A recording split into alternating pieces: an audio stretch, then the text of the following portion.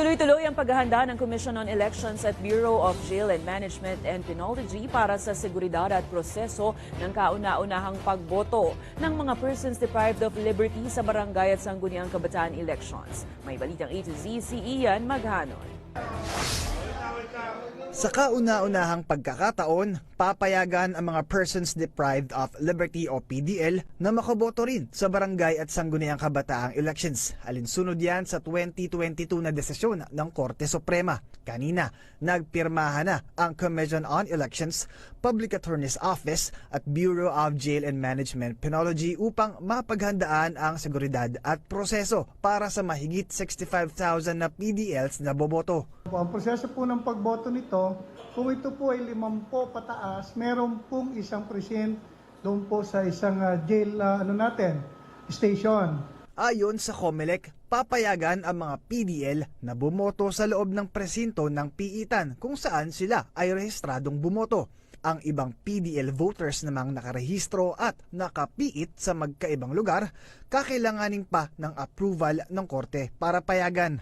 Paglilinaw naman ng COMELEC, hindi papayagang bumoto ang mga bilanggong convicted na o napatawan na ng final and executory decision ng korte. Ang deprived lang naman po talaga ng constitutional right of suffrage ay yung convicted by final judgment. Pagkatapos, saka lang sila bibigyan ng kalayaan na makaboto muli 5 years after the service of the sentence or yung penalty niya. Bagay na sinagundahan naman ng isang election watchdog. Well, may karapatan pa rin naman sila dahil nga wala pang sentensya na pinal, no? Na sila ay nagkasala. So, ang isang individual ay may karapatang bumoto at maboto. Kaya yun ay pinapayagan din. Pero paano naman ang mga PDL na tumatakbo sa BSKE at ang mga proseso ng kanilang inaasahang pangangampanya sa October 19? Ayon sa datos ng COMELEC, 4 na bilanggo ang naghain ng kandidatura bilang barangay chairman. Ayon sa komisyon, pinayagan naman silang tumakbo. Yun nga lang, limitado ang kanilang pangangampanya. Malamang magkakampanya siya doon sa mismo mga kasamahan niya sa loob. Wala makakapigil sa kanya diyan. Oo, mga kakosa party list yun. Yung sa labas, ay siguro yung mga kamag-anak na lang niya mga ngampanya doon sa kanila. But definitely hindi natin mapapayagan na makalabas yun. Samantala, tiniyak rin ng COMELEC na makakaabot sa mga piitan ang mga campaign materials ng BSKE candidates.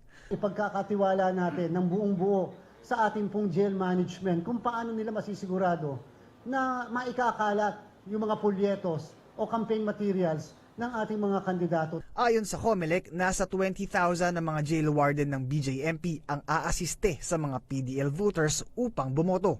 Inaasahan ring mabibigyan ng early voting schedule ang mga ito na posibleng isabay sa early voting for vulnerable sectors. Para sa Balitang A to Z, Ian Maghanoy.